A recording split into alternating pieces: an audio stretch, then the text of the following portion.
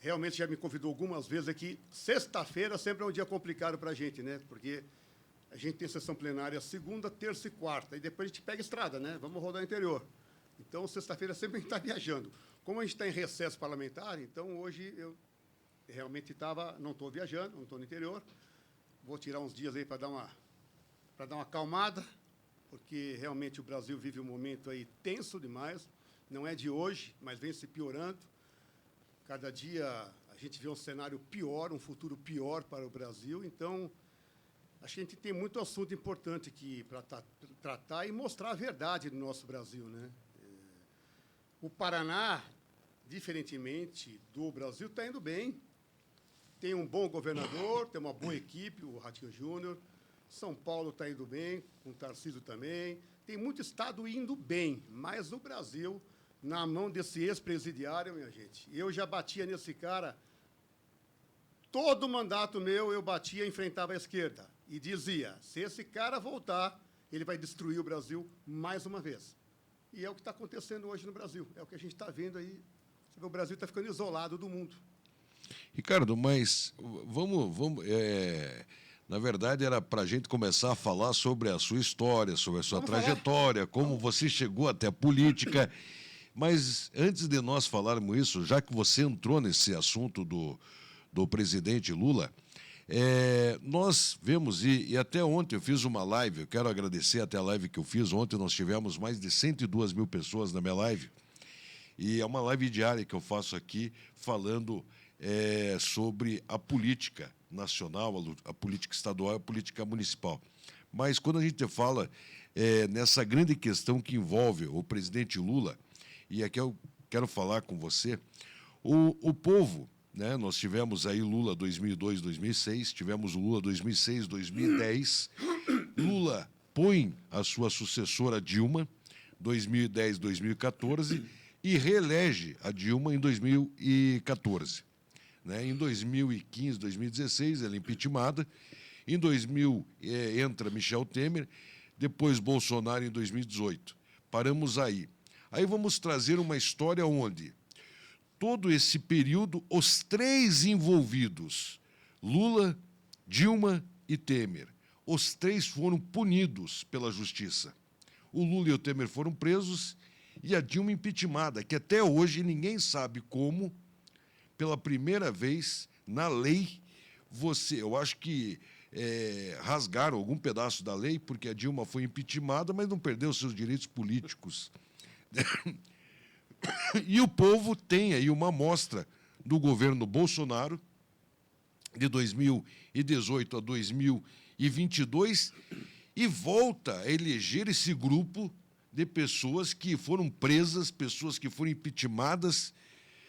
Eu quero saber, Ricardo, você que está sempre aí andando, você está em Brasília, você está sempre no interior do estado, você está sempre com a família Bolsonaro, por que o povo, né, elegeu novamente um grupo? Primeiro, vamos falar, né, um presidente que já foi preso. Né? Isso, para mim, não existe o negócio da ficha limpa. Ah, mas ele foi absolvido. Mas, desculpe, tem que ser condenado para daí não poder... Como que funciona essa cabeça do eleitor? Você que faz um trabalho bacana, você que faz um trabalho decente, você que está sempre rodando, você nunca consegue chegar perto de uma votação do presidente Lula. Você que trabalha, você que nunca foi preso. O que está acontecendo, Ricardo, com o povo brasileiro? Vamos lá. Primeiro, como é que o Lula foi candidato? O Lula foi investigado, julgado, condenado, e teve a pena aumentada no TRF-4. Estava cumprindo a pena. Foi condenado a mais de 12 anos de cadeia. Uma canetada do Fachin, de repente, ao apagar das luzes, fala, olha, nós vamos ter que recomeçar o processo do Lula. Ele não foi descondenado, ok? Vamos tirar ele da cadeia porque o CEP, de onde foi julgado, está errado. Então, ele foi absolvido pelo CEP. Não podia ter sido aqui em Curitiba. Não era Paraná, tinha que ser, acho que em Brasília ou em São Paulo. Esta foi a alegação do Fachin no STF e teve os pares dele votando a favor. Tiraram o Lula da cadeia. Ah, mas ele era ficha suja, ele foi condenado em todas as instâncias. Ah, não, mas nós vamos ter que começar novamente o processo. Aí eu pergunto a você que nos acompanha, se você cometeu um crime aqui em Curitiba, ou em São Paulo, ou em Brasília, ou em qualquer lugar do Brasil, crime é crime. Não importa o município, o estado que foi, o crime é o mesmo. Então, o crime do Lula continua. Foi uma jogada, né? Fizeram uma jogada aí mirabolante, o STF, óbvio que comum acordo com todo sistema que está do lado do Lula, vamos pôr ele para concorrer novamente. Pô, mas o Lula ganhou do Bolsonaro? Eu duvido que tenha ganho no voto. Por quê? Para quem acompanhou a campanha do Bolsonaro pelo Brasil, aonde ele ia era uma multidão. O Lula, onde ia, não tinha ninguém. Tinha um cercadinho lá, o pessoal com pão com mortadela, e olhe lá, não tinha ninguém. E aonde ele ia, tem lugar que ele ia, ele era chamado de ladrão, porque é o adjetivo que lhe cabe, porque ele é um ladrão. Não é que eu estou falando isso, ele foi investigado, julgado e condenado por roubo. Foi o maior ladrão que o Brasil já teve. Enfim, então, quem colocou ele lá não foi o povo, chama-se STF. Eu não tenho dúvida disso aqui, ninguém tem essa dúvida. Por essa razão que nós temos que lutar muito pelo voto impresso e contagem pública de voto. Nós não podemos partir para outra eleição sem isto, senão, novamente, de repente, o Lula não concorre outro, vai ganhar um poste, porque eles elegem o que eles querem. Nós não podemos ficar refém apenas de urna eletrônica. O único país do mundo que mantém só urna eletrônica é o Brasil. Antigamente tinha mais dois, o botão e mais um, acho que agora já não tem mais. Veja, vamos falar aqui, o Japão, que é o país mais tecnológico que tem, não usa urna eletrônica. A eleição do PT agora para presidente do PT não usou urna eletrônica. Qual é o problema? Por que nós, povo brasileiro, temos que admitir uma urna apenas eletrônica, sem o comprovante do voto? Porque se amanhã, como está na Constituição, a contagem pública de votos é um direito da população, você vai contar o quê no voto digital? Você vai comparar o voto digital com o quê? Não tem como comparar. Então, tudo que pode aumentar a confiança, a credibilidade de uma eleição, a gente tem que adotar. Não adotaram na última, com uma desculpa esfarrapada, falaram que seria um retrocesso e ia gastar muito dinheiro. O STF falar em gastar muito dinheiro, é só eles parar de comer caviar, tomar vinho caro, de pôr um ajudante para empurrar a cadeira deles. Então, falta de dinheiro, com certeza, no STF não tem. Então, eles têm medo realmente do comprovante impresso. Eu espero mesmo, Alexandre, que o Congresso Nacional faça isso aí, aprove essa lei que já estava aprovada e derrubaram. Você lembra como é que foi o lobby, né, do STF? A lei estava aprovada, o Barroso foi lá no Congresso, reuniu com as lideranças e derrubaram o projeto. Por que tanta força, tanto trabalho do STF para derrubar o voto impresso? É a pergunta que não quer calar. Qual é o medo do voto impresso? Tem lá o voto normal. Até a Venezuela tem voto impresso hoje. Tem o voto digital junto com o comprovante. Só que lá não adiantou, né? Mesmo na contagem que deu a eleição para o outro, ele continua no poder. Então você acredita, deputado, que há fraude nas urnas? Eu não confio em urna eletrônica. Sabe por quê? Não dá para confiar, Alexandre, não é só eu, é o mundo não confia só no digital. Nós tivemos agora um roubo no Banco Central, foram mais de 3 bilhões desviados. Você acha que a urna eletrônica ela tem um sistema mais confiável do que o do Banco Central, que mexe com dinheiro? Óbvio que não. O cara foi lá e desviou 3 bi. Então, um hacker não consegue desviar 1 milhão de votos, então? Se o cara conseguiu desviar 3 bilhões de reais, ora, só um cara muito mau caráter ou muito burro vai achar que não, né? Sim. Deputado, nós temos aí agora, neste momento, né, um momento muito delicado, né, aonde Donald Trump, né, anunciou aí a semana passada, ou final da semana retrasada, um tarifaço de 50% contra a exportação brasileira.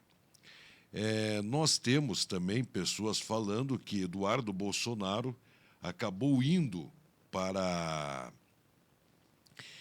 os Estados Unidos para tentar negociar junto ao governo americano um apoio para ajudar a salvar aí seu pai, Jair Messias Bolsonaro, de sua condenação, né? Depois nós vamos perguntar sobre essa condenação, se você é a favor ou contra, mas antes vamos falar sobre esse tarifaço. Você enxerga dessa forma que Eduardo Bolsonaro foi para lá e que esse tarifaço tem alguma coisa a ver com essa perseguição do STF contra Jair Messias Bolsonaro? Vamos lá, Alexandre, a pergunta é muito importante. Rui Barbosa dizia que a pior ditadura que tem é a ditadura do judiciário, porque você não tem a quem recorrer. O que o Brasil vive hoje? O Brasil hoje vive o estado de exceção, onde o Supremo Tribunal Federal faz o que quer. Faz o que quer, atropela o Congresso. Atropelou agora, no IOF.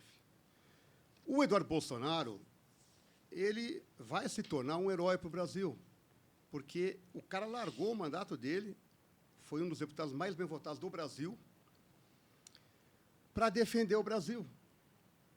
Da mesma forma que quando o Bolsonaro era o presidente, que a Gleisi, Boulos, iam mundo afora falar mal do Brasil contra o Bolsonaro, aí podia. Aí não era um ato contra a democracia brasileira, não era atentado, eles podiam. Viajaram muito falando mal do Brasil, contra o Bolsonaro, contra a prisão do Lula, enfim. Ok, o Eduardo foi lá e ele é um cara inteligente, um cara preparado, tem uma entrada muito boa com a família Trump e ele conseguiu levar a verdade do Brasil. Olha a diferença, ele não está lá jogando contra o Brasil, ele está levando a verdade que acontece no Brasil hoje em dia. Nós estamos refém hoje de um ex-presidiário que está no comando e a sua quadrilha e de um STF comandada por Alexandre de Moraes, o ditador de toga. Ora, será que ninguém enxergou isso ainda? Então, a verdade, agora, o que aconteceu do tarifaço não tem nada a ver com o Eduardo. O tarifaço vem por culpa exclusiva do Lula e Alexandre de Moraes. O Lula, desde antes da posse do Trump, ele falou, se o Trump ganhasse, ia ser um fascista, um nazismo ia assumir o poder. Ele vem agredindo o presidente da maior nação do mundo desde quando ele assumiu, provocando. Aí, ele começou a jogar contra Israel e foi apoiar o Irã e foi apoiar o Hamas. Esse é o Lula. O Lula não passa de um canalha, Alexandre. Um canalha que, pela terceira vez, está destruindo o nosso Brasil. Um cara que não tem moral, que não trabalha com a verdade. Um cara que não tem capacidade mental para fazer a gestão de um país como o nosso. Ele é muito bom em falcatrua e roubo, em esquema político. Por que o sistema adora ele? Porque o Lula é aquele, eu roubo e deixo todo mundo roubar, porque o dinheiro não é meu, o dinheiro é do povo, e ele não está nem aí com o povo. O Bolsonaro fechou o ralo da corrupção quando assumiu. Isso incomodou muito o político. Muitos se uniram, tanto é que uniram todos os partidos para tirar o Bolsonaro. E veja como está o Brasil agora. Um resuminho, quando o Bolsonaro assumiu, depois de gestões aí de PT, encontramos o Brasil quebrado, devendo muito. As estatais, Alexandre, deviam 44 bilhões, era o rombo das estatais, quando o Bolsonaro assumiu. O Bolsonaro entregou o Brasil, mesmo com pandemia, gastando bilhões, com crise hídrica, com guerra, ele entregou um superávit de 54 bi e entregou as estatais com 188 bi de lucro em caixa. 188 bi. Sabe como estão as estatais hoje, após 2 anos e pouco de governo Lula? 7 bi de rombo. Eles estão roubando como nunca roubaram. Eu gravei outro dia um vídeo e falei, o roubo do Lula agora é só de bilhão para cima. Não tem mais roubo pequeno. INSS foi mais de 90 bi. Auxílio BCP, 4 bi e meio. MEC, agora, na educação, 5 bi. Não há dinheiro que chegue. E ele, além de roubar, o gasto que ele fez quando ele montou essa máquina do governo dele, com quase 40 ministérios, não há dinheiro que chegue. E ele não quer controle de gasto, continua gastando. E ele e a Janja estão esbanjando dinheiro público. Então, se não tem corte de gasto, Quem vai pagar a conta? E tem roubo? O povo. Por isso que agora aumentaram também o IOF. Não vai parar por aí, porque não há dinheiro que chegue para essa turma. E para ele aprovar projeto, ele está gastando bilhões e bilhões e bilhões com emenda parlamentar.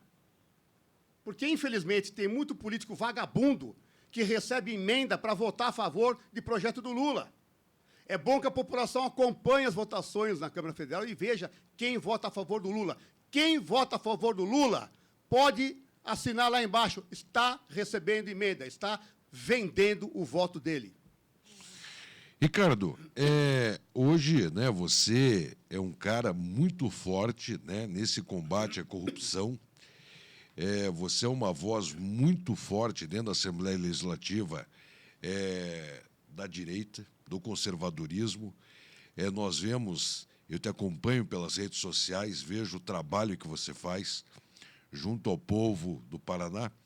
Mas vamos falar um pouco sobre a trajetória do Ricardo, né? Quando você começou, vai para 12 anos, né?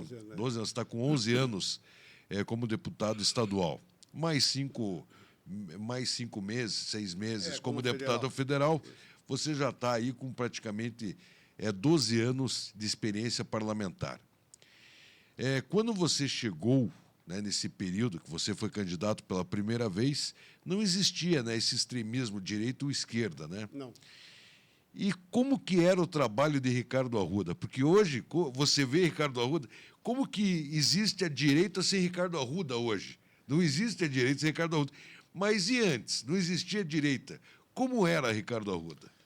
Vamos lá. Eu venho do mercado financeiro. Eu tenho 30 anos de mercado financeiro. A minha formação é em gestão financeira, com graduação em finanças. Aí, quando eu comecei a trabalhar em banco jovem, eu comecei como assistente de gerente e fui até presidente de banco em São Paulo. Aí, na época, em 2008, 2010, a minha ideia era mudar. Eu ia mudar para a Flórida, porque estava o PT no governo. E eu sou casado, tenho 2 filhos, eu falei para minha esposa, cara, eu não vejo futuro. A gente chama de criança, né? Hoje já estou com 30 anos, mas continua a gente chama de criança, porque filho a gente chama de criança sempre. Eu não via futuro. E outra, a preocupação com segurança. Falei, pô, a gente cria um filho com tanto carinho, com tanto amor. De repente, teu filho está indo para a faculdade, um cara vai lá para roubar o celular, tira a vida dele. Então, eu tinha também essa preocupação. E eu não via uma luz no final do túnel com o PT no governo. Eu falei, cara, não dá, não tem como. E eu estava para ir embora, né? Estava já com a minha vida já estabilizada. E aí eu tive um convite da igreja. O líder, eu sou evangélico, o líder da minha igreja, chamou um dia e falou, Ricardo, precisamos de você na política. Eu falei, como assim, né? Nunca imaginei vir para a política. Né? Eu já estava com o meu plano de vida pronto, né, para morar fora. Aquilo, depois daquela conversa que eu tive... Você foi uma grande referência da igreja, né? Sim. Podemos falar o nome da igreja? Pode, da Igreja Mundial, sim. O apóstolo Valdomiro Santiago. O Ricardo, quando eu conheci o Ricardo, ele não estava na política. Não. Eu fui no seu escritório até lá em São Paulo, conheci o Ricardo antes da política, me atendeu maravilhosamente bem lá, um belíssimo escritório lá no prédio, lá eu acho que era o 8º andar, uma coisa assim. E fui muito bem recebido. E ali você me contou da tua proximidade com o apóstolo Valdomiro Santiago. Era você como deputado, né, que ia ser apoiado por eles, e tinha o Tiago Gever para vereador, uma coisa assim, eu né? coloquei, na verdade, eu acabei indicando o Tiago aqui para vereador. Ah, foi você que indicou o Sim, Tiago? Eu que indiquei ele. Ele não era da igreja, né? Mas aqui a minha história, eu de família católica, né? Minha família inteira católica. E uma época eu fui convidado, tinha um deputado federal, o Francisco do Rio, e ele me ligou, falou, pô, Arruda, ajuda lá o apóstolo Valdemiro, ele precisa abrir limite em banco, né? Está com dificuldade. E eu acompanhava ele na televisão, gostava da pregação dele, falei, tá bom, fui lá. Fui lá atender o pedido de um amigo, né? Marcamos uma reunião, conheci lá pessoalmente o apóstolo, e o deputado falou, olha, o Arruda vai te ajudar aqui, né? Abrir que é a área dele financeira e tal. E o Valdemiro é chucrão, assim, né? Ele olhou para mim e falou, será que vai mesmo ou é mais um que vem conversar aqui? e não vai resolver nada. Eu falei, pensei comigo, pô, cara mais educado, estou vindo aqui de graça, né, velho? Para ajudar, né? Na Mas é sempre assim, né? Mas é sempre assim, né? Aí eu falei, ó, chamei ele até ele passou, pastor, da mesma forma que tem gente da área financeira que pode falar e não cumprir, tem muito pastor também que fala muito e não cumpre nada, né? Nossa, falou? Falei.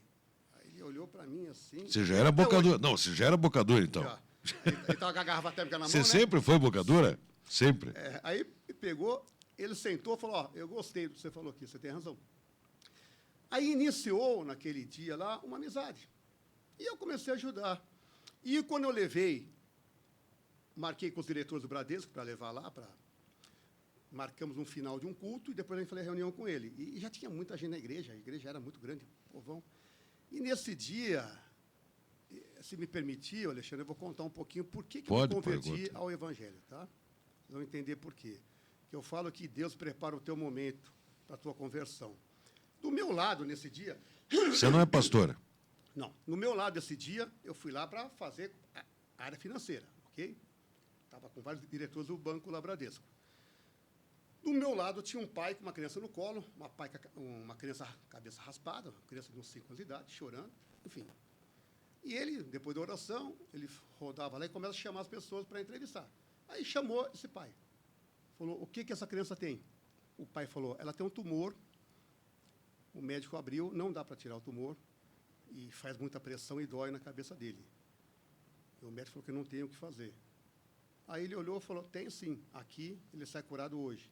Aquilo para mim foi tão chocante que olha só, a incredulidade do ser humano, que qualquer um de nós, a maioria é incrédulo, eles sempre foram. Eu falei, como é que esse homem está falando isso, né? Eu falei, eu pensei lá, olha que pequeno da minha parte. Eu falei, vai atrapalhar a negociação com o banco. Porque o banco falou, cara, é maluco, né, cara, né? Eu vou abrir um limite de banco agora, né? Bom, ele foi lá, abençoou a criança. E tudo bem, voltou o pai para cá, ele continuou entrevistando as pessoas lá, e a criança chorando, do meu lado aqui. Porra. Ele roda um monte e chama de novo. O pai lá perto do altar. O pai foi lá com a criança no colo. Ele colocou o microfone para a criança e falou... E você já falou assim, o negócio já foi, né? Acabou. Ele colocou o microfone. Está doendo? A criança chorando. Tá. A criança chorando naquele momento. Chorando. Fez assim, está doendo. Aí ele falou para o pai, cadê a mãe? A mãe não acredita em nada. Ele falou, sobe aqui, com ele aqui no altar, que a mãe vai acreditar, porque ele vai sair curado aqui. Aí eu falei, esse cara é maluco. Eu pensei, como é que eu vou falar para os caras do banco? Agora um cara louco desse, né? Criança aqui chorando, né? Enfim, subiu no altar. Ele abraçou, abençoou a criança. Desceram, continuou. E eu ainda incrédulo vendo aquilo, aí eu olhei para o lado e a criança tinha parado de chorar. Eu pensei, pelo menos aliviou, melhorou um pouco a situação, que não está chorando, né? O banco já está melhorando. Já está melhorando, vai sair o empréstimo. Aí, roda de novo, ele chama de novo o pai. Aí ele falou assim, para a criança de novo, está doendo? A criança fez assim, não. Nada? Ela falou, nada. Dá um sorriso para mim. A criança sorriu para ele. Quando eu vi aquilo, para mim foi algo tão forte, por ser uma criança. Olha só, quando eu falo que Deus prepara o momento. Se fosse um adulto, você ia falar, combinou com o adulto, né? Porque é normal o ser humano desconfiar. A criança falou, não está doendo. Aí ele pegou, ele afastou no altar, o altar é alto assim, ele ajoelhou, falou para o pai, põe ela aqui no altar. O pai levantou, colocou, ficou segurando, ele falou, posso soltar? Ela vai me dar um abraço. O pai, não, se eu soltar, ele vai cair porque ele operou a cabeça, então ele mexeu aqui no negócio, a cabeça não tem equilíbrio. Ele olhou para o pai e falou, rapaz, você é incrédulo, né? Você acha que Deus só tirou a dor? Ele não tem mais nada, ele está curado. Nossa! Cara, a criança vai andando e abraça ele. Aí, cara, depois que eu vi essa cena... O limite veio em dobro. Hã? O limite do banco veio 2 vezes maior. Para mim, eu já nem estava preocupado com o banco, mas porque aquilo foi tão forte para mim, de ver aquela cena que eu vi. Pô, aí, depois fui lá uma reunião com o banco, foi tudo em ordem, mas aí eu cheguei em casa, eu contei para minha esposa, falei, você não acredita que eu vi lá, cara. Aí marquei, um dia eu levei minha esposa.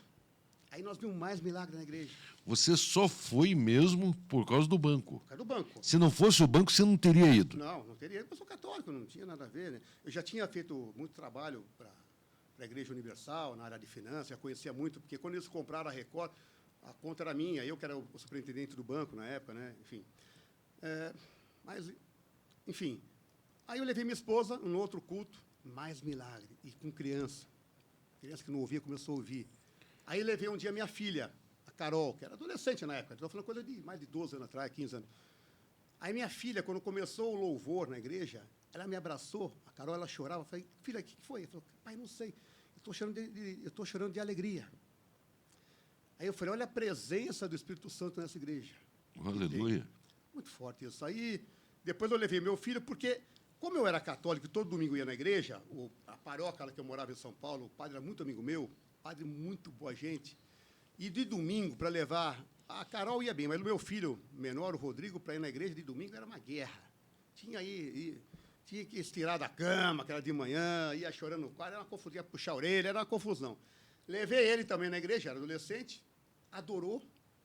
Depois de alguns meses, nós nos batizamos na água. Não precisava mais nem convidar ele. Nada. E olha que bacana, Alexandre, só para a gente encerrar esse assunto quando a gente fala aqui de fé. Não, mas isso é importante. Como é importante o sinal de fé. Outro dia eu estava numa igreja, no aniversário de uma igreja, me deram o microfone e eu falei, olha, não tem riqueza maior para um pai e para uma mãe do que você colocar os seus filhos no caminho de Deus. Sabe por quê? Eu, como fui no mercado financeiro muito tempo, e sempre nós trabalhamos com muito dinheiro, porque é empresa grande, cara milionário, eu vi famílias ricas perder tudo, né? Ou ter brigas em família quando o pai morre. Agora, o dinheiro acaba e pode trazer guerra. Agora, a palavra de Deus nunca sai da tua vida. Então, se seu filho estiver seguindo esse caminho, ele nunca estará sozinho. Amanhã o pai morre, a mãe morre, mas ele vai estar lá, no caminho certo. Então, eu falo que a maior herança que eu deixo para os meus filhos é o caminho que eu coloquei. Hoje, a minha filha frequenta uma outra igreja evangélica, que tem muito jovem, ela ajuda, todo final de semana está na igreja ajudando. O Rodrigo, às vezes, vai lá. O Rodrigo trabalha no mercado financeiro, mas vai lá e toca na igreja, canta. Uma igreja hoje que os jovens têm procurado muito é a PIB, né? A PIB é boa. Lá em São Paulo tem a IA, que é uma igreja do Lamartine, uma igreja muito boa. Mas você nunca... eu vi que você fala da fé, que você fala da religiosidade, você fala com tanto amor. Você nunca buscou pregar a palavra? Olha, não é pregar. Porque você tem uma boa oratória. Sim. Né? Você fala...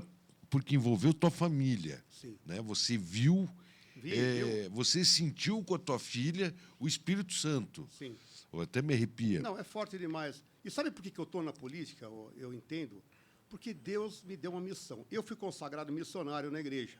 Nossa, né? porque era missionário Ricardo Arruda, né? No primeiro mandato, eu usava missionário. Eu só não usei mais missionário, não porque eu deixei, porque missionário você não deixa nunca, é para a vida inteira. Você foi consagrado no altar. Porque tem gente que confunde. Ah, pastor é ladrão, missionário, não sei o quê. Então... Para deixar a religião de lado na política, eu uso só o meu nome. Mas a minha fé, eu continuo, estou sempre na igreja, sempre em oração.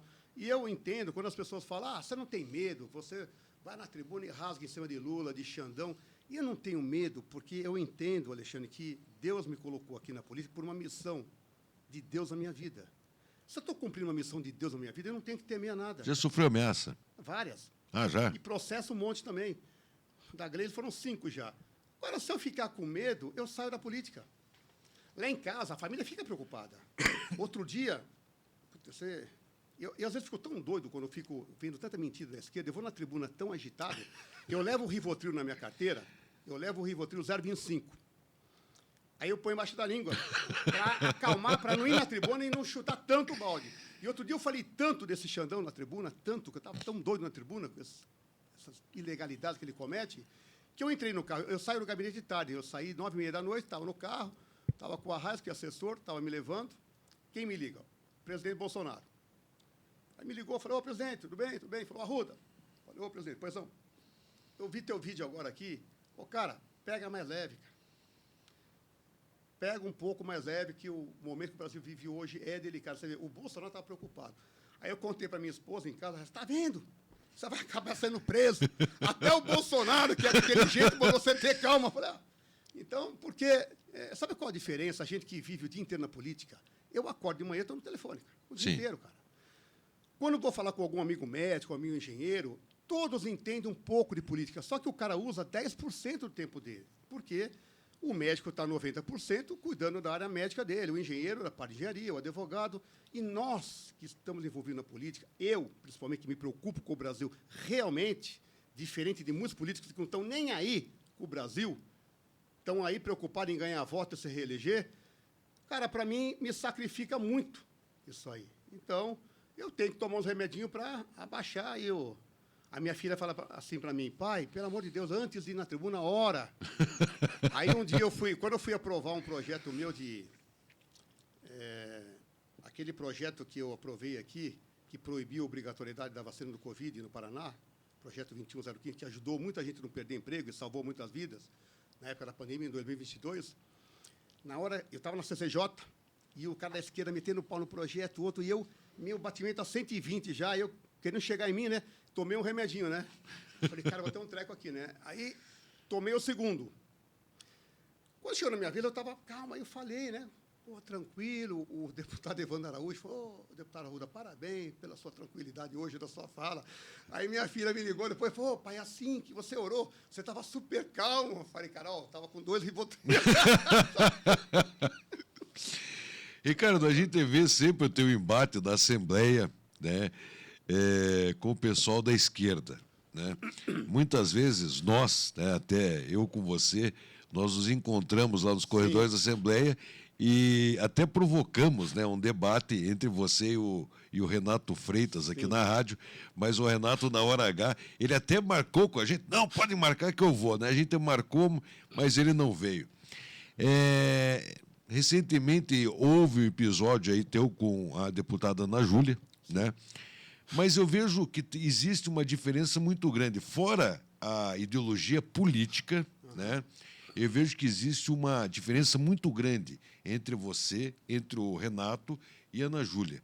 Primeiro, a idade, a experiência. Sim. São 2 moleques na política. Vamos falar o português. Ela é novinha. Ele não é tanto, ele tem mais de 40 já, né? Ele tem mais de 40? Tem, aquele jeitão de piada, mas não é... Ah, ele só tem o jeito de piar. bermudão, né? Então, Ele sempre anda de bermudão, agora ele saiu com essa gravata enforcando, ó, que palhaçada é essa? Vai lá, quebra quase, desrespeita todo mundo dentro do mercado, faz uma bagunça dentro da igreja, e por que não acontece nada com ele?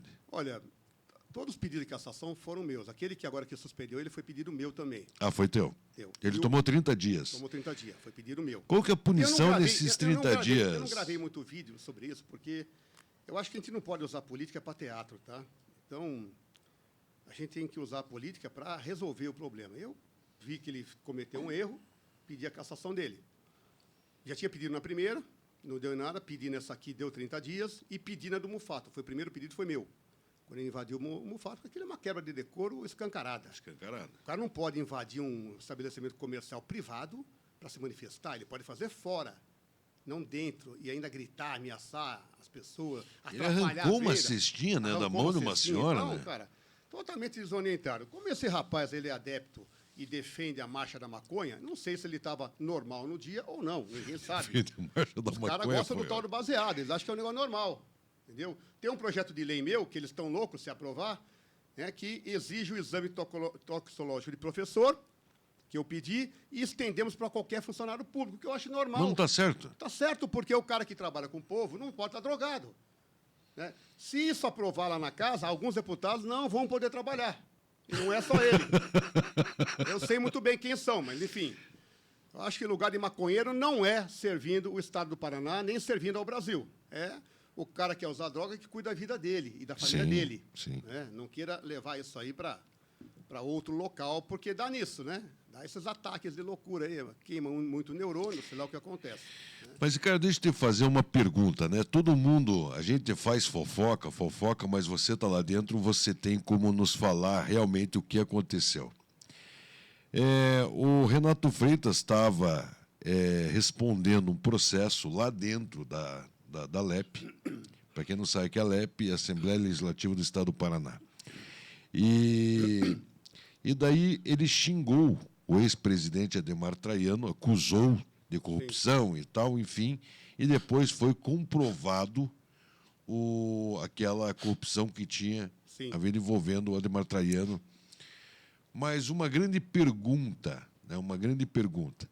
Aí Renato Freitas dizem nos bastidores que chamaram os dois e falaram, Renato, você para, a gente te salva, Traiano, você não pede a cassação do Renato, a gente te salva, Por que também Adhemar Traiano continua presidente e não foi afastado da presidência após ele mesmo ter confessado aquela corrupção? Olha só, eu concordo que deveria ter sido afastado. Ele mesmo devia ter Pedido. Eu acho, né? Seria uma atitude digna. Mas cada um é cada um. E os meus embates políticos, eu nunca faço em pessoa física de parlamentar. Eu acho que isso aí nós não estamos lá para julgar um outro Sim. colega. Tem a casa que julgue isso. Né? Se tem acordos lá dentro ou não, eu não participo de nenhum acordo. Eu faço o meu trabalho. Eu sou um deputado um pouco diferente. Eu não estou dizendo que eu sou melhor que ninguém, não, tá? Mas eu vim para a política com uma missão e eu cumpro a minha missão. Eu não estou lá para fazer acordo com parlamentar nenhum. Respeito a todos os parlamentares. Quando tem que falar na cara de um, eu falo. Que, para mim, acho que o melhor é falar na cara do que falar pelas costas. Acho que o homem tem que ter a dignidade de olhar no olho e falar o que está pensando. Não fazer fofoquinha por trás, que é pior. Isso aí é coisa de traidor, de mau caráter. Então, essa briga de Renato com o Traiano, o Renato é um cara totalmente descompensado, né? Isso aí é nítido. Né? Não foi só essa vez, dentro da CCJ, que ele empurrou um outro funcionário, né? Enfim, é um cara descontrolado, não é burro, né? É um cara inteligente, tá? Faz o jogo dele, joga para a plateia dele. Tudo que não presta, a você que nos acompanha aqui, tudo que não presta aqui no Paraná, está com o Renato Freitas, ou com a Ana Júlia, ou com alguém no PT. Isso eu falo e assino embaixo. Entra lá no perfil e vê quem segue esses caras. Na Assembleia hoje, né, no perfil Renato Freitas e Ana Júlia, nós temos quantos deputados? No perfil, né? Não vamos. Porque o professor Lemos. O professor Lemos é oposição, mas ele não. No perfil é só os dois mesmo. Só os dois. Né? Tem a Ana Júlia, que eu brinco, falo que ela é a nova Maria do Rosário em miniatura. Porque é o mesmo estilo, dá o showzinho e se vitimiza, né? Isso aí é normal, né? Aí você fala alguma coisa, é ataque. Qual que foi aquela história da roupa? Qual que foi aquela história da roupa? Aquilo foi um negócio que não teve nada a ver, porque esse negócio da roupa, nem falei para ela, isso aí não. Eu desabafando lá com o repórter, eu falei um negócio assim, falei, olha, porque ela tinha dia que ela ia na casa lá com camiseta de campanha política, nada a ver, né? Calça jeans toda rasgada, assim, coisa de estudante, né? E eu acho que, como no plenário nós, homens, somos obrigados a pôr paletó e gravata, as mulheres não têm essa exigência. Por quê? Porque todas já se vestem de acordo. E me contaram que a exigência de paletó e gravata aconteceu lá atrás, na Assembleia, porque um deputado do PT, na época, ia com umas roupas que não tinha nada a ver. Aí colocaram uma regra. Porque o bom senso te leva a pôr uma roupa de acordo. Você vai num casamento, é numa roupa, você vai num clube, é numa roupa. Enfim, isso aí é coisa que básica, né? E eu fiz um comentário assim, que nem devia ter feito, mas enfim. Porque isso aí ela aproveitou, falou que era um ataque de gênero. Tudo eles falam ataque de gênero, né? Porque eu sou mulher. É sempre assim, cara. Então, essa turma da esquerda é melhor a gente ignorar. Por isso que eu continuo debatendo ideias e projetos. A gente debate. Eu não entro mais no pessoal, a não ser que a gente seja provocado, né? Só que quando eles se provocam, eles vão fazer um corte e vão pôr só um pedacinho que vai agradar eles. É o que eles fazem. Eles são campeões em falcatrua, em tudo. A esquerda é campeã em falcatrua em tudo. Em contar uma mentira, em mudar uma história, em roubar dinheiro público, em tudo eles são campeões. Não dá para competir com essa turma no que é errado, porque eles vivem do erro, eles vivem enganando o povo. Eles têm uma linguagem para cada tipo de gente. Então, quem é jovem, eles têm uma linguagem para... Sabe aquela juventude, a geração perdida, a geração Paulo Freire? Esse é o público que vai acompanhar essa deputada, que acha ela um gênio. Entendeu? Uma menina que, tudo bem, todo respeito ao trabalho dela, né? As pessoas podem ser jovens, podem ter uma capacidade, mas a gente vê que a fala, o que leva, é levar esse pessoal de pouca informação, que o PT construiu essa turma. O PT investiu muito em atacar o quê? Criança, jovem, adolescente. E conseguiram. Conseguiram doutrinar muita gente. Esse pessoal, um cara que vai bater palma para PT,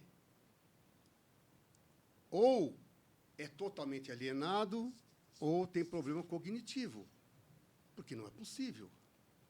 Quando eu vejo ainda hoje alguém bater palma para o PT, a gente tem que até perdoar, porque a pessoa não bate bem da cabeça. Você está vendo o que os caras estão fazendo no Brasil?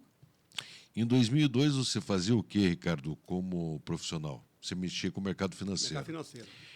Agora vamos levantar essa análise, né, do primeiro governo Lula, né, porque muitas pessoas falam que o Brasil e os brasileiros tiveram um divisor de água em suas vidas, antes de 2002 e depois de 2002, quando o Lula assumiu o primeiro mandato, pelo fato que o Lula movimentou a economia, deu crédito ao povo brasileiro, deu crédito para as empresas, bastava ter o nome limpo, bastava... Muitas pessoas tinham um carro, começaram a ter dois, não tinham casa própria, começaram a ter casa própria, quem já tinha, teve a casa na praia. Muitas pessoas, geladeira, fogão, televisão nova, para colocar gasolina, se dava cheque para 90 dias, 120 dias, financiamento de carro, 120 meses, enfim. Isso eu sempre quis fazer essa pergunta para alguém que entendesse da economia. E é fácil de explicar. É fácil de explicar, Ricardo? Sim, de explicar. E isso trouxe para que o Lula fosse ovacionado no seu primeiro mandato. Ele também meio que se afastou do seu povo, né, do vermelho, e foi mais para o lado do empresariado. Mas ele foi aplaudido no Brasil, ok? Por quê? Porque, infelizmente, a parte cultural do Brasil é muito baixa. O índice de analfabeto do Brasil é gigante. Sim. Porque quando o IBGE faz o estudo dele, o cara escreveu o nome e falou papai, já não é analfabeto. Absurdo. O cara é um analfabeto. Sim. Entendeu?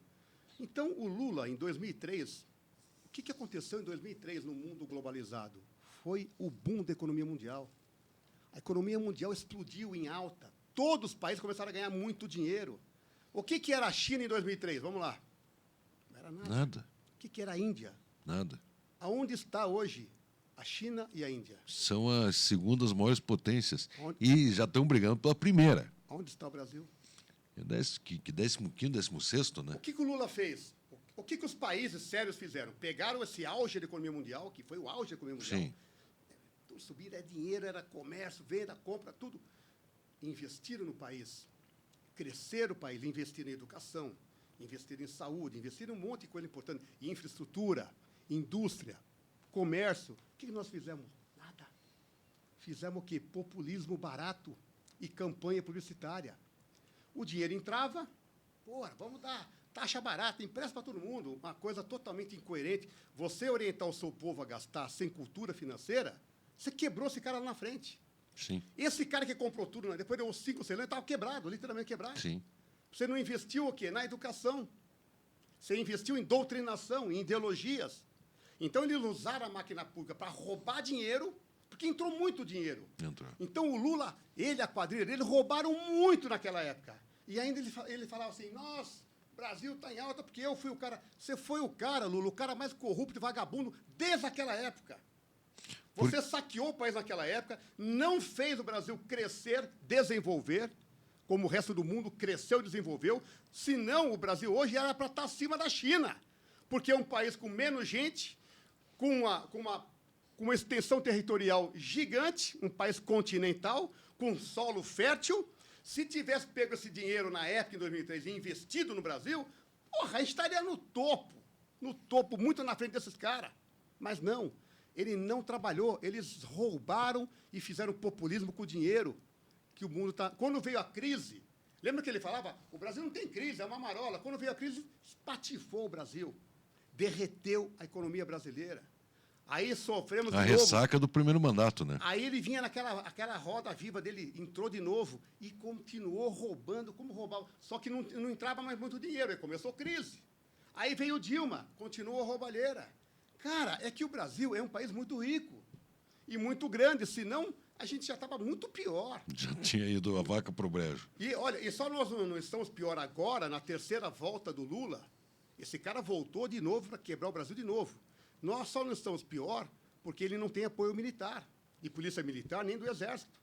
Se tivesse, esse cara já tinha tomado o poder fácil e ninguém ia falar nada.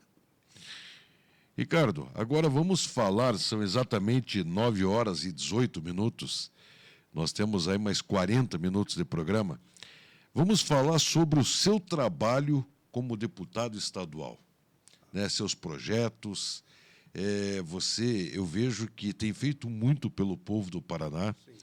até pela sua proximidade com a família Bolsonaro, você consegue até mais que os outros, né?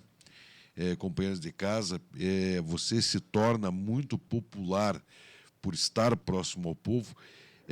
Nesse seu terceiro mandato, né?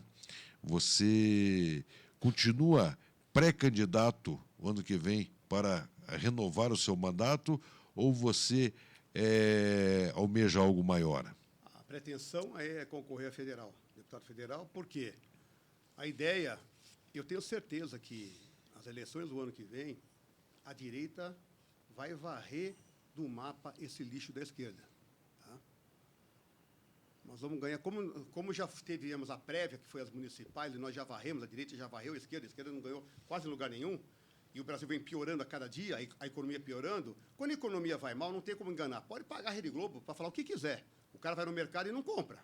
Então, ele fala que esse Lula enganou a gente. Prometeu picanha, prometeu cerveja, não entregou nada e ainda tirou o que a gente tinha. A última pesquisa, que 80% da população dizem que já não conseguem comprar produtos de alimento que compravam antigamente, 80%. Então, não dá para enganar o povo. E eu quero, se Deus quiser, estar junto com o Bolsonaro ou com quem ele indicar em Brasília para ajudar a reconstruir o nosso Brasil. Nós teremos que reconstruir o Brasil em todos os sentidos.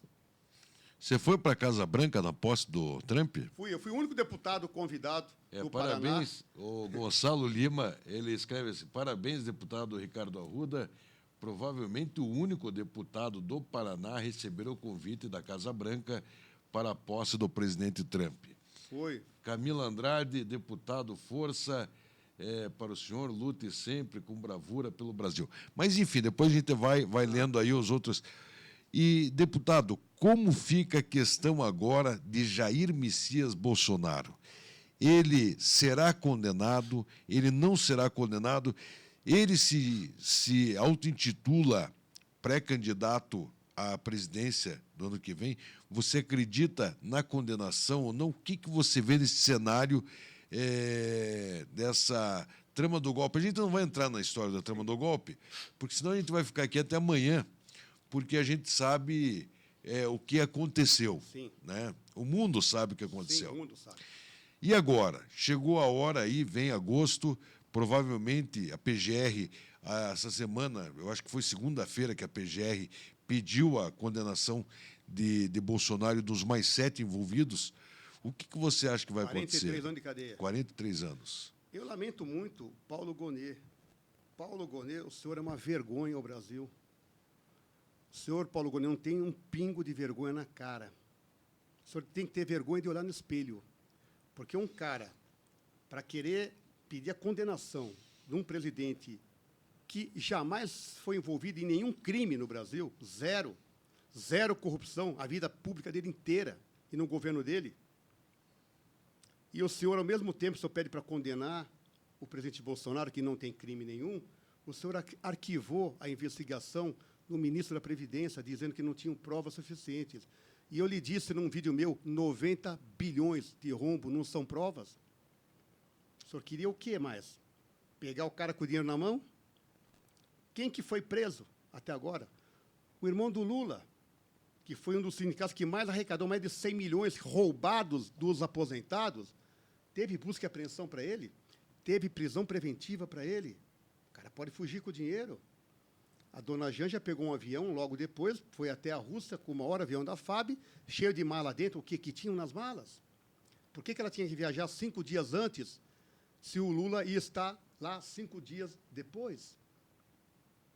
Maior avião da FAB lotado de malas. O que ela levou na mala? Será que tinha dinheiro? Será que ela levou dinheiro para entregar lá para o Maduro, que estava junto lá, e depois levar para a Venezuela? Não sei. Mas tinha que ser investigado. Eu fiz uma denúncia ao TCU e me responderam. Eu até vou falar sobre um vídeo, vou gravar. Está lá, recebi anteontem. A TCU disse que a minha denúncia tem, sim, muitos indícios de possíveis crimes cometidos por a dona Janja. Nós não estamos aqui brincando de fazer política, não. A gente está olhando de tudo. Agora, Bolsonaro, você vê que o Donald Trump mandou uma carta ontem ao presidente Bolsonaro. Ele já tinha falado 2 vezes na rede dele, mandou uma carta ao Bolsonaro dizendo que é um absurdo, que é terrível o que estão fazendo com o Bolsonaro.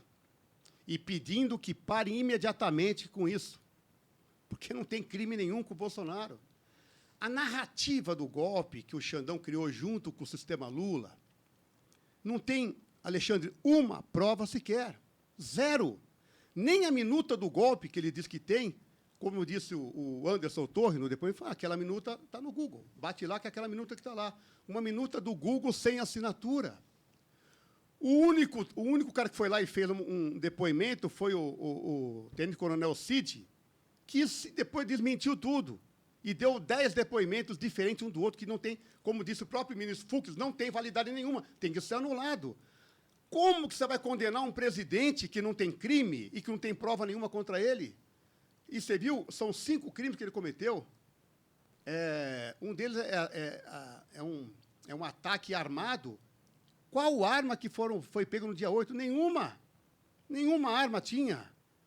Eu pergunto aqui para quem nos acompanha, ache no mundo aí qual golpe de Estado que teve sem tanque de guerra e fuzil na rua. Não tem como. O Brasil do tamanho que é, quem que assumiu o poder lá? O pipoqueiro? Quem que ia assumir lá das velhinhas com a Bíblia não? Quem que assumiu o poder num domingo, tudo fechado? Você já viu o golpe de Estado num domingo? Eu vou tirar você do poder, mas não tem ninguém lá dentro do prédio, está vazio.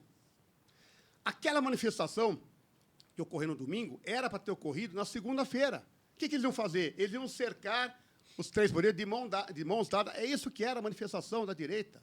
Aí mudaram para domingo, aqueles infiltrados invadiram e puxaram muita gente para dentro. Só que quando o povo chegou, já tinham quebrado tudo. Tanto é que das 300 câmeras que tinham lá, só 4 filmaram. O resto o Flávio Dino engoliu. Por isso que está gordo daquele jeito. Ele sumiu com mais de 200 câmeras, esse cara. Um ministro investigado por corrupção, um cara que não tem moral nenhuma. Sumiram as câmeras. Ele era o principal. Você quer descobrir um golpe? Você ia pegar as câmeras, não ia ou não? Sim, óbvio. Ah, pagaram. Ora, vai contar isso para outro. Que vergonha! Que armação mais chula foi essa farsa do golpe que nunca teve? Então, o Bolsonaro, se eles tiverem coragem de prender o Bolsonaro, eu acho que teremos manifestações pesadas no Brasil e fora do Brasil, porque hoje, com a manifestação do Trump de taxar o Brasil e afirmar 3 vezes que o Bolsonaro é honesto, você imagine a moral do Bolsonaro perante o mundo. Ele tem aval do presidente da maior nação do mundo, onde o cara põe o nome dele, ó. Eu conheço o Bolsonaro, é um cara honesto e que ama o povo e que trabalhou muito bem para o povo. E o povo ama ele. Então, é um absurdo que estão falando com ele. Eu peço que pare imediatamente. Estou olhando de perto. Será um recado isso ou não? Isso serve mais como uma ameaça, né? Estou olhando de perto. Sim. Vocês vão pagar para ver Lula e sua quadrilha? Essa é a pergunta que eu deixo aqui. Vocês vão pagar para ver? Vocês acham que pode enfrentar os Estados Unidos? Ou Lula quer fazer, o Alexandre, exatamente o que Cuba fez? Vou me desvincular da América, da democracia, e vou me unir à Rússia e à China. Aí eu não tenho mais vínculo nenhum com democracia, eu vou continuar usando o discurso falando em democracia, como Maduro usa, só que eu vou implantar a ditadura aqui e ninguém se mete mais com a gente. Só que a economia vai ruir. Porém, mesmo ruindo a economia, eles sempre vão viver como trilionários, como todo ditador vive. E o povo na miséria. Por isso que o trabalho do Eduardo Bolsonaro é fundamental lá fora. Por essa razão, quando teve aquele...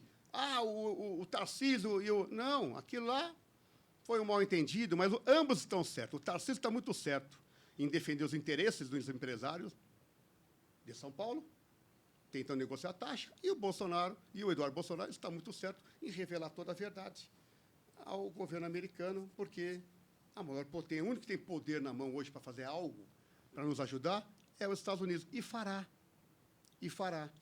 A taxação que o Trump colocou, que tem início de 1º de agosto, e depois a fala do Lula de ontem foi um desastre, a fala dele, só falou mentira e besteira, e atacou de novo o presidente americano. Isso é uma vergonha.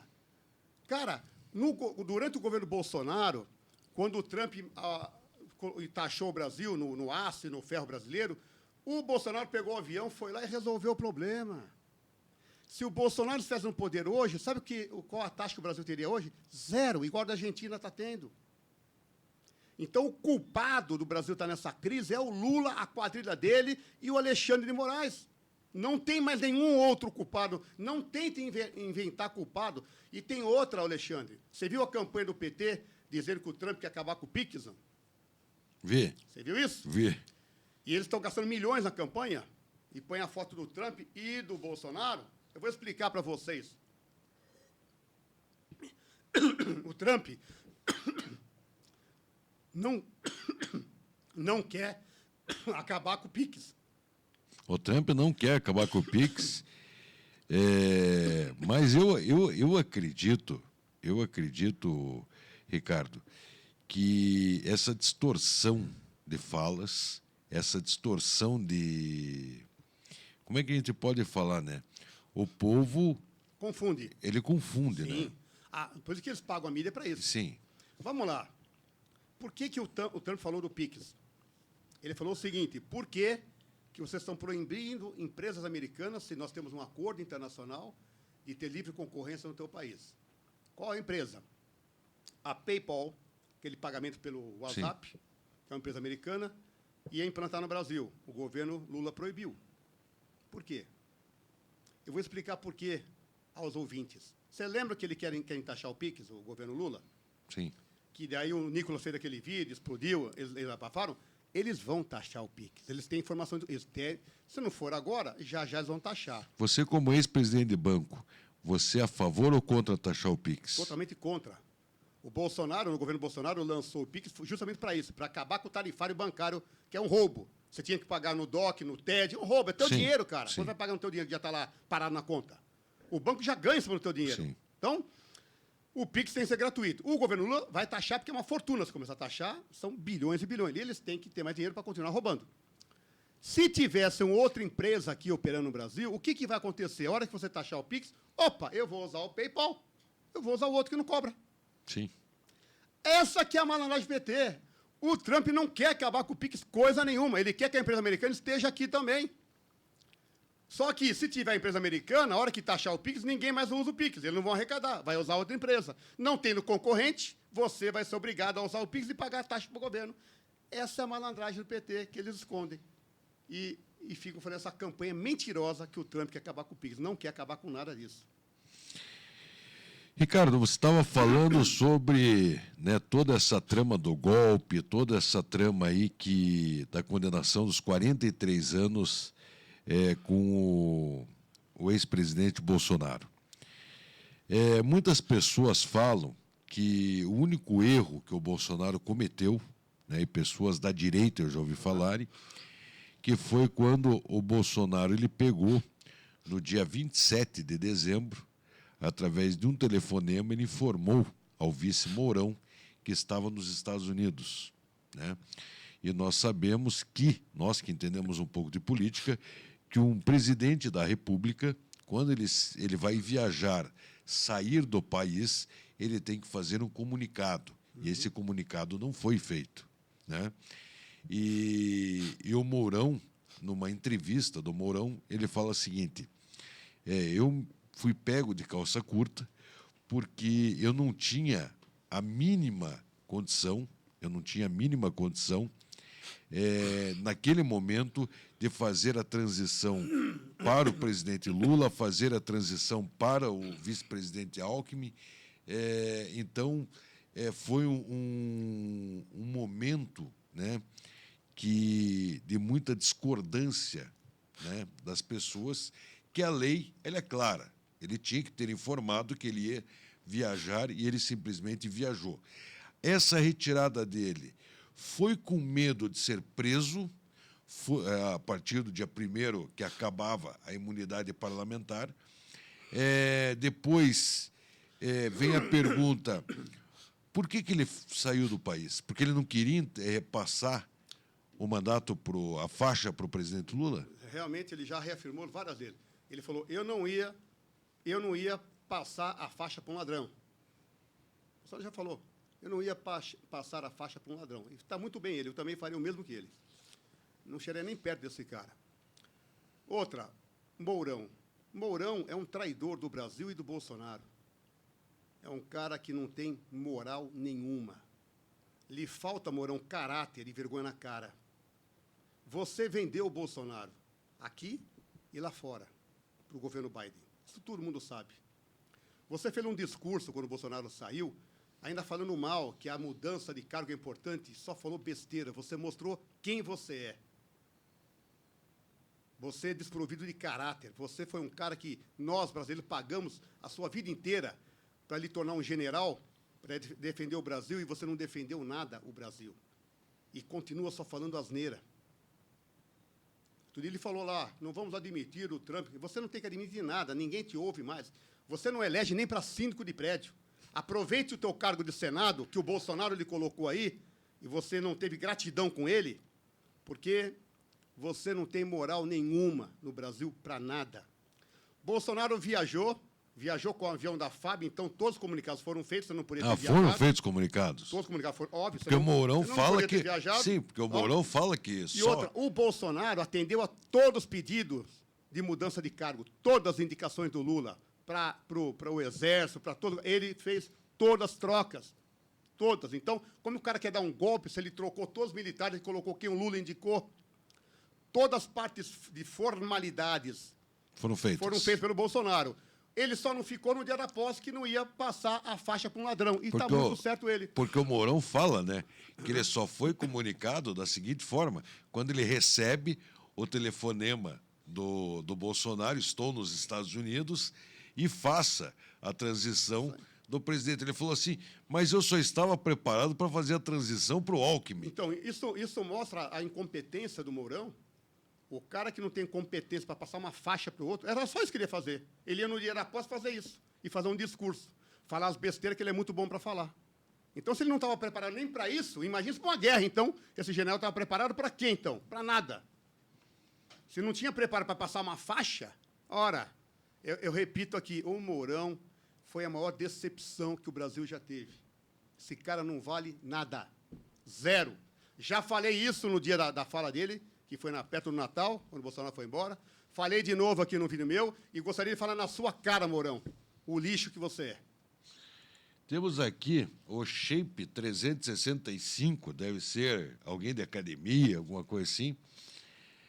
Pede para ele comentar sobre a PF investigando o partido PL e a colocação de tornozeleira no presidente, deve ser no presidente do partido, né? E também o Gonçalo Lima, ele fala assim, Moraes manda a Polícia Federal estar na residência do Bolsonaro para colocar tornozeleira nele. Quando isso? Isso que eu não sei, só se aconteceu isso agora. Né? Isso, Gonçalo, se você puder nos comentar quando que isso aconteceu, nós não temos aqui essa informação. Né? Urgente. Moraes manda Bolsonaro usar tornozeleira e proíbe redes sociais. Puta. O canalha do ditador de toga, Alexandre de Moraes, mais uma atitude dele. Meu Deus do céu, manda pôr tornozeleira no Bolsonaro, um cara que não tem crime nenhum, que não foi julgado em nada, nenhuma condenação. Quer dizer, esse é o Brasil de hoje. O STF é o câncer do Brasil hoje em dia. Ricardo, eu entrevistei aqui, né, há alguns dias atrás, o senador Sérgio Moro. Né? Foi o homem que prendeu o Luiz Inácio Lula da Silva. E perguntei para o senador Sérgio Moro como que teria, o que teria que fazer para tirar o Alexandre de Moraes antes de 2043, que é até onde vai normalmente o poder dele, até 2043. E Sérgio Moro falou que só tem uma possibilidade de mudar todo o Senado, colocar pessoas que realmente queiram tirar o Alexandre de Moraes. É o Senado só que pode tirar o Alexandre de Moraes. Você acredita, né, que o ano que vem exista a possibilidade de entrarem senadores novos? A maioria tem que ser 53 senadores buscando o impeachment, não sei se fala impeachment, né, de Olha, Alexandre de Moraes. Primeiro, essa atitude que nós vimos agora, né, Sim. com o Alexandre de Moraes, quando eu falo que o Brasil vive uma ditadura do judiciário, alguém tem alguma dúvida? E depois dessa atitude do Alexandre de Moraes, baseado em que ele vai pôr... O homem não tem passaporte, não pode sair do país, né? Baseado em que ele vai colocar uma tornozeleira? Para que isso aí? Para provocar? Então, para provocar mais ainda? Já não chega tudo que eles fizeram com o Bolsonaro? Todos os processos que eles moveram contra o Bolsonaro, tudo foi arquivado, nenhum crime cometeu. É que invadiram a casa do Bolsonaro, né? Agora de manhã. Não, a PF. A PF. Então, foi lá para fazer o quê? Invadir? Para quê? Ele cometeu algum erro? Agora vai proibir ele de usar rede social? Por que proibir ele se ele não foi condenado a nada? Que Brasil é esse, gente? Vai tirar a rede social de um cara, um ex-presidente que nunca cometeu crime nenhum, vai proibir de usar rede social? Por quê? Qual é o risco de usar rede social? De falar a verdade para o mundo? Vai pôr tornozeleira para quem não tem passaporte? Para que tornozeleira? Para humilhar o cara? Para provocar mais os Estados Unidos? Para taxar mais o Brasil? Você, Alexandre de Moraes, e esse bandido Lula, vocês vão quebrar o Brasil. Vocês estão entrando numa guerra, vocês não se mantêm. E, Alexandre de Moraes, você, o teu prazo de validade são 2 anos, porque nós vamos eleger a maioria no Senado, e o primeiro ato do novo Senado é o seu impeachment. Eu quero ver você viver depois com as sanções do Trump e sem o cargo de ministro. A conta vai chegar. A conta aos bandidos irão chegar. Isso eu não tenho dúvida. E tanto aqui na terra, como com a mão de Deus vai pesar nessa turma. Ninguém pode afrontar tanto a Deus como esses caras têm afrontado. Alfredo de Leandro parabeniza o senhor pelo posicionamento e coragem de ir contra o sistema, né? Ricardo, a gente vê, né, você como deputado estadual, você tem como é que a gente pode dizer? Você tem um conhecimento diferente do sistema, né? Mas a gente vê que, nesse momento, né, o Alexandre de Moraes, ele utiliza, né, talvez por medo de fuga, depois de uma fala de Bolsonaro ontem, né, que ele falou que jamais ele iria fugir se ele fosse condenado, né, porque foi uma fala em cima de quando falaram que ele se escondeu no consulado da Hungria, na Embaixada da Hungria. Então, assim, a gente vê que está um momento muito tenso em Brasília, né? Está muito tenso. E vai explodir isso aqui. E a gente vê um momento que, se houver a condenação de Bolsonaro, a gente acredita que a direita toda vai para a rua, né? E daí sim, eu acredito que a União faz a força e vão pedir sim a cabeça de Alexandre de Moraes. Mas até isso acontecer, né, eu faço uma pergunta para você como parlamentar. Você sabe, lógico, a gente sabe que o judiciário ele não precisa do aval de ninguém, da política para caminhar, ele caminha sozinho, né? E nós sabemos que, se tivesse Lula, se tivesse Bolsonaro, se tivesse outros nomes, Ratinho Júnior, se tivesse nomes lá, o Tarcísio, com o Alexandre de Moraes fazendo o que está fazendo, você pode colocar o presidente que for. O Alexandre de Moraes vai estragar o que... Alexandre de Moraes é página virada. Alexandre de Moraes, você pode já se imaginar impeachmentado, você será impeachmentado. Tenho certeza absoluta. O prazo de validade dele são 2 anos. Essa caneta tua que você usa hoje, Alexandre de Moraes, está acabando a tinta. E vai acabar a tinta daqui 2 anos. Você vai estar fora daí, impeachmentado. E esse ato que você fez contra o Bolsonaro hoje, você acaba de reeleger o Bolsonaro. O Bolsonaro vai crescer muito. E se ele não puder concorrer, quem ele colocar o dedo será o novo presidente do Brasil também. O povo não vai aceitar isso. Vocês estão forçando uma barra até a hora que todo mundo parar, o agro parar e todo mundo parar, aí não vai ter mais grana no Brasil para vocês roubarem. Vocês estão forçando uma barra, vocês estão quebrando o Brasil. Isso aí é uma atitude de colocar a tornozeleira no Bolsonaro, proibir. Olha o que ele proibiu. Ele proibiu ele de usar a rede social e proibiu de falar com o filho dele. Baseado em que esse canalha desse Alexandre de Moraes proíbe o pai de falar com o filho? Não existe, né? O que é isso? Que mundo é esse que nós vamos viver no Brasil? E esse vagabundo do Lula ainda ontem falou que aqui todo mundo tem o direito à presunção de inocência. Lula, canalha, como presunção de inocência você teve? Você foi julgado na primeira instância, na segunda? Bolsonaro não. Ele não tem foro privilegiado. Ele devia estar sendo julgado na primeira instância, como você foi. Ele está direto no STF. Tudo errado. Tudo sem prova. Típico de ditadura. Igual na Venezuela, igual em Cuba. Prende quem quer e que se dane. Porra, o Brasil... Cara, se eu não tivesse uma missão aqui, nesse país, na política, eu ia embora daqui, porque ninguém suporta isso aqui mais. Eleições 2026, deputado. Nós temos aí uma direita apresentando vários nomes, né? Como Ronaldo Caiado, nós temos o nome do Tarcísio, ainda nós temos aí o nome do Bolsonaro sendo cogitado, nós temos o nome de Ratinho Júnior, nós temos outros nomes, né? Você acredita que quem representa... Vamos supor, vamos colocar um cenário com Bolsonaro candidato, pronto. Né? Vamos colocar um cenário sem Bolsonaro. Você acredita que o nome mais forte da direita seja o Tarcísio? Sim, eu acredito que sim. É um dos nomes mais fortes que nós temos hoje, por hoje, tá? Amanhã, vamos ver o que vai acontecer, qual a ação que o Trump vai ter aqui.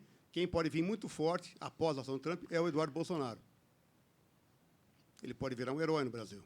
Pode. Então, acho que muita coisa tem. Se o tiro não sair pela culatra, pode ser um fenômeno, que nem o pai. Ou mais que o pai, exatamente. Porque ele já foi um fenômeno nas urnas, né? Sim, já foi. Então, o Bolsonaro tinha declarado que a Michelle ia ser... Vice do Tarcísio, né? Não, ele falou que vai ser candidato ao Senado, Distrito Federal, a Michelle. Carlos Bolsonaro vai concorrer ao Senado por Santa Catarina. Isso aí já está praticamente definido. Então, a família Bolsonaro, no ano que vem, com certeza vão ter uns 4 senadores já. Só dentro da família. Aquele de Santa Catarina... Vereador. O vereador. Vem para federal. Vem para federal e parece que um dos filhos do Bolsonaro, o Carlos, né, queria para o Senado. Isso. Aí já Santa Catarina falou assim, aqui não, aqui tem nossos candidatos. Está com 80% lá. 80%? Sim, então, toda a população, os caras que não queriam, ele não é daqui, vai concorrer. Mas hoje nós não estamos em questão quem é daqui, não é questão de bairro, hoje é questão de Brasil. Nós vamos ter que eleger senador forte para tirar essa cambada, cara. Senão nós estamos ferrados. Hoje nós temos um Senado podre. Eu digo aqui a você, o que fazem os senadores aqui do Paraná? Nada. Nada? Nada. Ou você já viu alguém meter o pé na porta? Não, se você pegar o Uriel Visto e o Flávio, eu encontrei o Flávio esses dias. Eu falo dos 3, o Uriel Visto, o Flávio e o Moro. O que eles fazem pelo Brasil? É que o Moro faz barulho. Qual o barulho que ele faz? O Cordeirinho do STF. Foi beijar e abraçar o Flávio Dino. Na posse dele, que é isso, verdade. Se um cara tiver honra, no mínimo, jamais apertar a mão de um crápula daquele lá, desse ministro, pô. Nós temos que ter senador com hombridade, com coragem, não covarde que vai fazer acordinho para defender o próprio rabo. É isso que a gente tem na política hoje. Douglas Ferreira de Lima, te mandando um abraço, parabenizando aí pelo seu posicionamento. Depois eu vou lhe passar todas os comentários, tal, que são muitos, então a gente está lendo alguns aqui. E vamos falar, faltando 13 minutos para nós. 13 é o número, cara. Até arrepia. Para terminar o programa. Deputado, governo do estado do Paraná. Nós temos aí vários candidatos. Eu nunca vi tanto candidato ao governo como estamos vendo agora. Nomes aí ligados ao governo do estado, como o nome de Guto Silva, secretário das cidades, Rafael Greca, ex-prefeito de Curitiba, muito popular na capital. Nós temos Alexandre Cury, nós temos Sérgio Moro, nós temos Enio Verri. Não, vamos para a esquerda. Não, vamos falar da direita. Vamos falar da direita. E temos aí ainda o nome de Paulo Martins, que é o vice-prefeito de Curitiba, como um possível candidato. Olha, eu acho que tem bons nomes, né? Alexandre Cury é um bom nome, com certeza. Um deputado competente, conhece Paraná de ponta a ponta.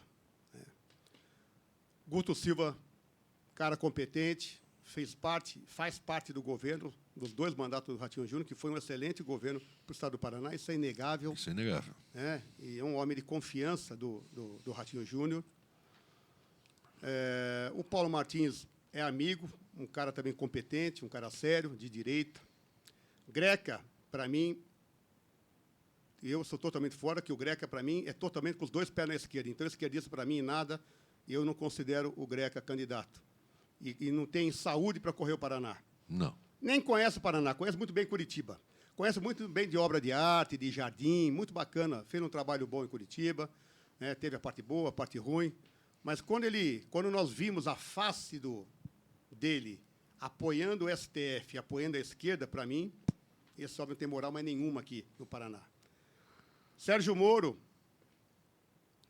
é um cara que está bem cotado, mas, para mim, politicamente, é um zero à esquerda.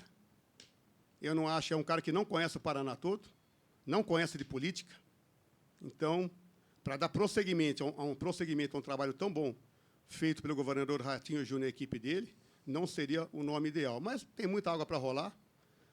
Eu falo, essa é a minha opinião. Mas você, como bolsonarista, um homem que detesta o PT e principalmente o Lula. Ele prendeu o Lula, Sérgio Moro prendeu o Lula. Prendeu. Não, mas mesmo assim não... Ele prendeu, ele tem... Mas mesmo assim... Não. O Sérgio Moro teve um trabalho muito bom como juiz. Inegável o trabalho dele como juiz. Eu sempre elogiei o trabalho dele. Porém, quando ele tirou a capa preta dele e veio para a política, ele mostrou um lado que a gente não conhecia do Sérgio Moro. Mas aquele acordo dele com o Bolsonaro, né?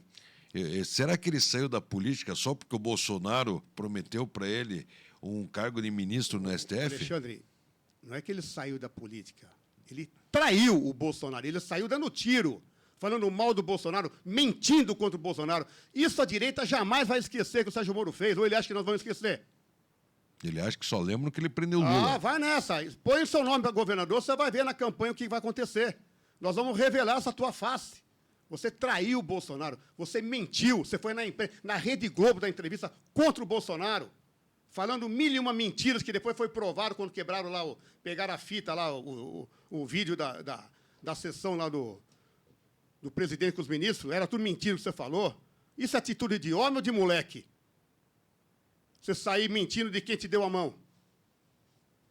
Ora, tenha vergonha na cara. Para mim, esse é o meu jeito, viu, Alexandre? Eu não vou passar pano quente para ninguém. Ricardo, quem te conhece... ele pode virar governador, que se dane virar governador também, mas eu te convidei aqui por você ser essa pessoa que você é. E quero você mais vezes aqui. Pois não. Eu quero você mais vezes, porque o embate, ele tem que ser verdadeiro. Sim. Ele não pode ter aqueles panos quentes. É isso aí. Você chegou aqui e falou, porque muita gente, eu te fiz essa pergunta, porque muita gente pega e fala assim, 30% vai votar no Sérgio Moro, ele já larga de 30% porque ele prendeu o Lula. E você mostra aqui que na tua cabeça, no teu pensamento, que isso aí já não importa tanto. Não. Que lá naquele momento, quando ele prendeu o Lula, ele não fez nada mais do que obrigação dele. Exatamente, era um juiz. Porque ele era o juiz. Uhum. Agora, como político, você diz que ele deixa muito a desejar. Sim. No meio desse caminho, ele vira um traidor. Exatamente. Responde um processo que talvez fosse condenado e daí teria acabado politicamente também. Exatamente. E daí teria que pedir. Mas diz que Sérgio Moro, né, foi trabalhar na Marshalls & Marshalls, lá nos Estados Unidos, não sei se você sabe dessa história, que é a empresa que defendia todos os condenados ao Lava Jato. E ele fez, né, ele criou lá uma petição, não é uma petição, ele fez a defesa, ele deixou uma defesa preparada, ele recebeu $3 milhões da Marshalls e Marshalls só para fazer esse trabalho. E daí, a partir dali, todos os condenados da Lava Jato começaram a ser liberados, começaram a ser inocentados. Será que tem alguma coisa a ver? Olha, eu não vou falar isso, porque eu não tenho certeza, eu não vou ser leviano aqui em acusar alguém do que eu não tenho informação. Mas tem também muita história aí, quando ele coordenou o caso do Banestado aqui também. Então, enfim. É muita história. Tem muita história aí, que a isso cabe a ele, a quem conhece mais ele, eu não conheço muito. Eu falo o que eu vivi, o que eu vi. E eu vi esse cara traindo o presidente Bolsonaro. Foi um absurdo o que ele fez. O Brasil indo bem, enfrentando um monte de dificuldade aqui, aí o cara sai atirando no cara que ele estendeu a mão. Isso, para mim, a palavra gratidão, quem não tem gratidão, para mim, não vale nada. Ricardo, para finalizar a nossa entrevista, eu vou lhe fazer 3 perguntas. 3 perguntas. No estado do Paraná, o próximo governador, ele tem que fazer o quê? O que falta para o nosso estado? Cara, ele mantendo, como já está indo bem o nosso estado, já é um grande feito, né? Tendo um governo honesto, não roubar, isso aí é prioridade na política. E a gente tem que mudar o foco da política. Esse pessoal tem que aprender a ganhar dinheiro fora da política, não com falcatrua de política. Eu acho que tem que ser um cara que defenda os valores conservadores, porque isso é o futuro do nosso Brasil. Quando a gente fala que a gente defende, e defendemos muito, Deus, pátria, família e liberdade, todos deviam defender essas bandeiras. Quem defende essas bandeiras jamais vai errar. Não tem como errar. Se você pegar meus projetos de lei aqui como deputado, eu tenho mais de 200 projetos. A maioria deles são bandeiras conservadoras. Proibir ideologia de gênero.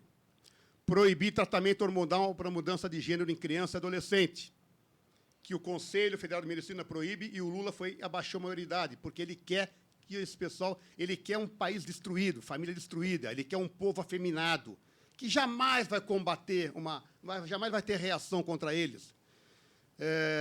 Esse de exame toxicológico, professor, tem um projeto de lei meu para implantar um currículo escolar, uma matéria que mostre a verdade sobre o comunismo no mundo, que mostre que o comunismo já matou mais de 100 milhões de pessoas. E eu peguei esse projeto de lei, foi aprovado, sabe aonde? Na Flórida foi aprovado esse projeto. E eu estou com um projeto igual aqui no Paraná. Então, são muitos projetos importantes de defesa à família, de defesa à criança, de defesa aos valores conservadores, porque foi essa a principal arma que o PT atacou, destruição de valores. Por quê? O objetivo dele é destruir a família e depois chegar na igreja. É isso que eles querem. E nós não podemos permitir isso. Então, a pessoa que defende, você aí que defende a sua família, você tem que estar junto com a direita, defendendo isso, contra a liberação de droga, contra a liberação de aborto. Isso são princípios. Então, eu gosto muito do trabalho do Ratinho Júnior. Só discordo quando ele fala, aqui nós não trabalhamos com ideologia. Não tem como não trabalhar com ideologias. O mundo hoje, no mundo inteiro se debate ideologia, direita e esquerda. Não tem como fugir disso. Ou você está de um lado, ou está de outro. Não tem como estar no meio do caminho. Não tem espaço mais para quem está no centrão. Eu vou... Não, o povo não quer isso. O povo quer ver o lado do político. O que você defende? Óbvio que o nosso governador é conservador, é família, e defende esses princípios. Tanto é que o Paraná tem um monte de colégio cívico-militar, que nós aprovamos na Assembleia. Ricardo, chegamos ao final dessa maravilhosa entrevista. Eu agradeço você ter vindo, ter aceitado o nosso convite. Tinha ter feito várias vezes, mas a agenda, que nem você falou, não batia de um e de outro. Deixo aqui os microfones da Rádio Paraná Oficial aberta para quando você quiser voltar. Tem muita coisa ainda para a gente falar, tem muita análise político, que hoje nós falamos um pouco mais sobre a questão hoje do que está estremecendo o Brasil e o mundo, que é a questão aí de Donald Trump e Jair Bolsonaro. Agora, terminamos o programa aí com mais uma notícia bomba, que Bolsonaro com tornozeleira, limitado a não falar com o filho. Essa data, pode marcar, essa data vai ficar marcada para a história do Brasil, dia 18 de julho. O dia que eu te entrevistei. O dia que enterramos a nossa democracia. Sim. Este ato do STF é o que faltava para a gente enterrar a nossa democracia. A partir de hoje, nós podemos viver um luto da democracia do Brasil. Não tem mais lei no nosso Brasil. Esse cara, esse Xandão, faz o que quer. Não tem Constituição, não tem Congresso, não tem nada. Aqui, o mínimo que o Senado devia ter nesse momento, o Alcolumbre, todos que ali estão, o mínimo se reunir e pedir o impeachment do Alexandre Moreira. Era o mínimo se eles tivessem um pingo de vergonha na cara e respeito pelo Brasil e respeito pela democracia, eles deviam fazer isso hoje, mesmo se tiver em recesso. Pede um regime de urgência e façam isso para o bem do futuro do Brasil. Esse foi o deputado estadual pelo estado do Paraná, eleito 3 vezes, já foi também deputado federal, assumindo o seu direito como suplente por pouco mais de 5 meses, mas gostou tanto da experiência que é pré-candidato à Câmara dos Deputados para 2026. Deputado, muito obrigado pela sua entrevista, obrigado realmente por dar atenção aos nossos ouvintes e agradecemos aí e deixamos o convite aberto para quando o senhor quiser voltar. Muito obrigado mesmo por essa entrevista. Muito obrigado, Alexandre. Agradeço aí a Rádio Paraná Oficial por ser uma imprensa livre, que ouve qualquer lado, qualquer ideologia. É assim que a imprensa tem que trabalhar. Aqui a gente tem rabo preso com ninguém. É isso aí, é imparcialidade.